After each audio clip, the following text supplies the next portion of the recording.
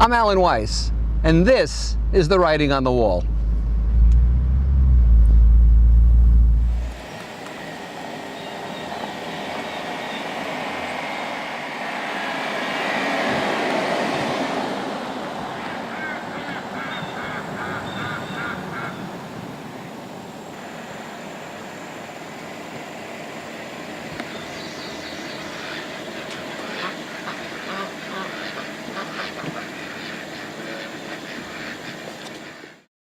Bang! That's my demonstration of an exploding head. And that's the name of this episode, Writing on the Wall. I'm Alan Weiss, still. You know what an exploding head is? It's somebody who gets so lathered up and so worked up about something that it looks like their head's going to explode. One of my guests at my thought leadership conferences, my annual conference every year, was James Carville, the great political strategist.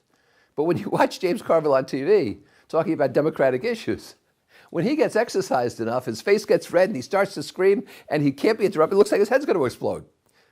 And somebody said once, I'm afraid to take this further with James. I don't want his head to explode.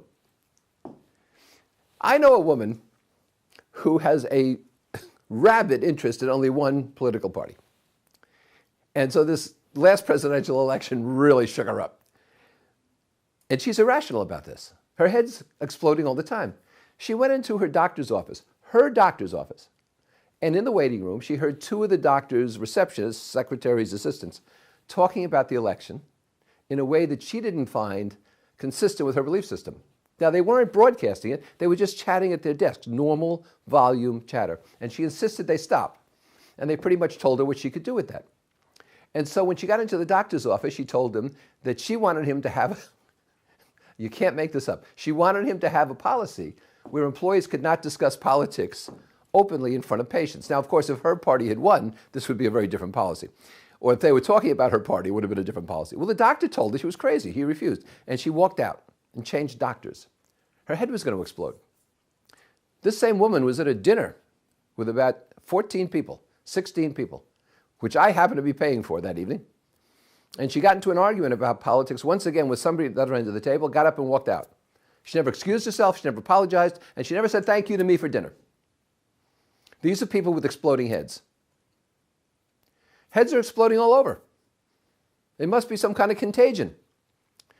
We no longer just disagree, we're outraged. It's not a matter of a difference of opinion, we're outraged. How could you not agree with me?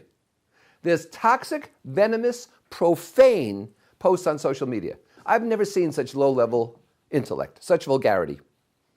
That's how people tend to react. Their heads are exploding. On political talk shows, you just have shouting monologues. Before Bill O'Reilly left the air, he'd ask a 5-minute question, he'd get a 10-second response, he'd stop that, and then make a 5-minute comment. Chris Matthews is probably the worst I've ever seen. He just talks and shouts and yells. He makes no sense. But he's an exploding head.